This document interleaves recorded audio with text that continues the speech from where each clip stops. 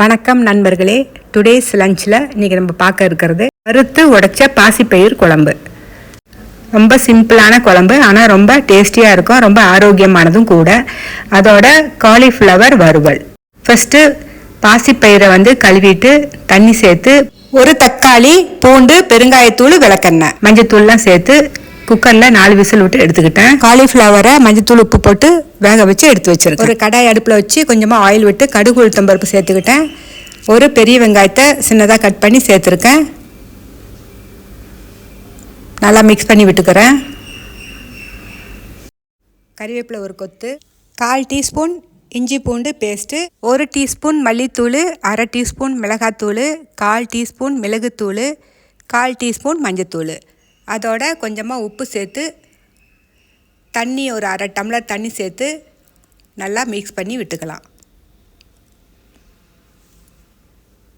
நம்ம ஊற்றின தண்ணி நல்லா ட்ரை ஆயிடுச்சு பாருங்கள். இந்த ஸ்டேஜில் நம்ம வேக வச்சு வடித்து வச்சுருக்கிற காலிஃப்ளவரை இதோட சேர்த்துக்கலாம்.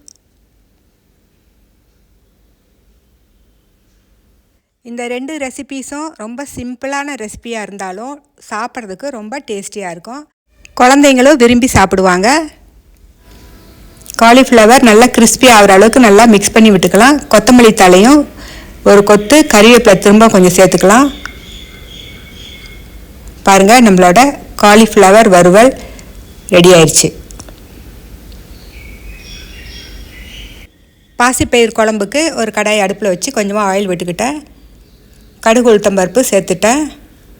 3 காஞ்ச மிளகாய் விதையை நீக்கிட்டு போட்டிருக்கேன். கொஞ்சம் பெரிய வெங்காயம் நல்லா கலந்து விட்டுக்கலாம். நல்லா பிளெண்டரில் அடித்து வச்சுருக்கேன் இந்த பாசிப்பயிரை. அதை இதில் சேர்த்துக்கிட்டு கொஞ்சம் தண்ணி கலந்து திரும்பவும் சேர்த்துக்கிறேன். உப்பு சேர்த்துக்கலாம்.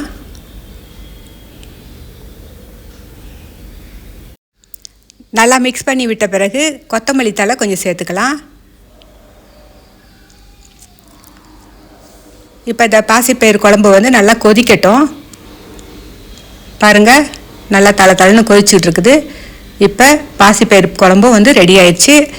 அடுத்தது குதிரைவாலி அரிசி சாதமும் ரெடியாக இருக்குது. என்னோட இந்த வீடியோ பிடிச்சிருந்துச்சுன்னா நீங்களும் ட்ரை பண்ணி பாருங்கள். என்னோடய சேனல் சப்ஸ்கிரைப் பண்ணிக்கோங்க. தேங்க்ஸ் ஃபார் வாட்சிங்.